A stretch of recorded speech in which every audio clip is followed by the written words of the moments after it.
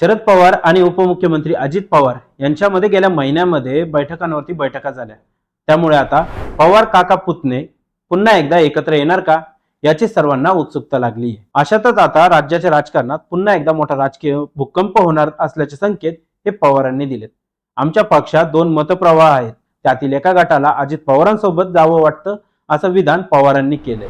शरद पवारांनी नुकतंच इंडियन एक्सप्रेसला एक मुलाखत दिली। त्या मुलाखतीत पवारांनी बोलताना अनेक विषयांवरती भाष्य केलं। याच मुलाखतीत पवारांनी आपल्या नेतृत्वाखालील राष्ट्रवादी काँग्रेस पक्षामध्ये दोन मतप्रवाह असल्याचं विधान केलं। एका गटाला वाटतं की आम्ही एकत्र यावं, अजित पवारांसोबत जावं असं वाटतं, तर दुसऱ्या गटाला वाटतं की अजितदादांसोबत जाऊ नये असं पवार म्हणाले। इतकंच नाही तर संसदेमध्ये सत्ताधारी पक्षांसोबत बसायचं की विरोधी पक्षांसोबत बसायचं याचा निर्णय सुप्रिया सुळेंनी घ्यावा असं सूचक वक्तव्य देखील पवारांनी केलंय। पवारांच्या याच वक्तव्याने अनेकांच्या भुवया देखील उंचावल्या आहेत। जनतेला मोदींना पर्याय हवा आहे, पण विरोधक तो देऊ शकलेले नाहीत असंही म्हणत पवारांनी एक प्रकारे इंडिया आघाडीच्या कार्यक्षमतेवरही प्रश्न उपस्थित केला। दरम्यान शरद पवारांच्या या विधानामुळे राष्ट्रवादी काँग्रेसमध्ये विलिनीकरणाचे वारे सुरू झाल्याच्या चर्चा आता रंगल्यात। यापूर्वी विधानसभा निवडणुकीच्या निकालानंतर शरद पवारांच्या अनेक आमदारांनी अजित पवारांसोबत जाण्याची इच्छा ही व्यक्त केली होती। तसेच अनेकदा अनेक कार्यक्रमांमध्ये दोन्ही पवार एकत्र आल्याचंही पाहायला मिळालं होतं। काही वेळाला त्यांच्यामध्ये गुप्त बैठका देखील झाल्या होत्या। या भेटी एक प्रकारे राजकीय जवळीक वाढवण्याचे संकेत देत आहेत। अशातच पक्षातल्या एका गटाला अजितदादांसोबत जावं असं वाटतं असं विधान पवारांनी केलं। त्यामुळे दोन्ही राष्ट्रवादी एकत्र येणार अशी चर्चा सध्या सुरू आहे। काका पुतणे एकत्र येणार का? राष्ट्रवादी काँग्रेसमध्ये 2023 मध्ये फूट पडल्यानंतर अजित पवार महायुती सरकारमध्ये सामील झाले। त्यानंतर रोहित पवारांनी अनेकदा महाराष्ट्राच्या हितासाठी सर्व कुटुंबांनी एकत्र यावे असं आवाहन देखील केलं होतं। यामुळे आता आपली राजकीय ताकद वाढवण्यासाठी, पक्षाची एकसंध शक्ती परत मिळवण्यासाठी आणि राजकीय प्रभाव वाढवण्यासाठी अजित पवार हे शरद पवारांना सोबत घेऊ शकतात।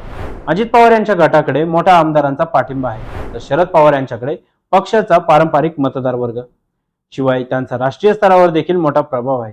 त्यामुळे काका पुतणे एकत्र आल्यास पक्ष पुन्हा एकसंध होऊन आगामी निवडणुकांमध्ये अधिक यश मिळवू शकतो। यामध्ये महत्त्वाचं म्हणजे अजित पवार यांनी शरद पवार यांच्याशी कधीही वैयक्तिक वैर नसल्याचं दर्शवलं।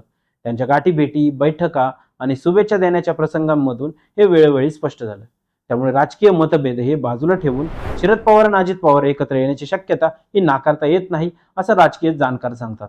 थोडक्यात महाराष्ट्राच्या हितासाठी पक्षाची एकजूट आणि बदलत्या राजकीय परिस्थितीमुळे पवार काका पुतणे एकत्र काय निर्णय घेतात हेच पाहणं आता महत्त्वाचं आहे। तर मंडळी, आमचे असेच नवनवीन व्हिडिओ पाहण्यासाठी फॉलो करा लेट्स ऑफ मराठीला, तसेच आमच्या YouTube चॅनलला सबस्क्राईब करायला विसरू नका। धन्यवाद। सोशल मीडियाच्या भाऊ गर्दीत विश्वासार्हतेने चकाकणारे नाव म्हणजे लेट्स अप मराठी। सगळ्यांना, सगळ्या नागरिकांना ती स्पीच, ती लेट्स अप वरील मुलाखती म्हणजे विचारांचा खजिना। त्यानंतरच्या निवडणुकीमध्ये मला सोडून गेले। बातम्या केवळ वस्तुस्थिती सांगणाऱ्या, न प्रोपगंडा, फक्त जनतेचा अजेंडा। क्योंकि आने वाला कल जाने वाला है, जाने वाला कल आने वाला है। राजकारण, मनोरंजन असो की क्रीडा क्षेत्र, महाराष्ट्राची स्पंदने संवेदनशीलतेने टिपणारे माध्यम म्हणजे लेट्स अप मराठी। जगासोबत एक पाऊल पुढे राहण्यासाठी लेट्स अपचे ॲप, सोशल मीडिया आणि वेबसाईट सोबत कनेक्टेड रहा।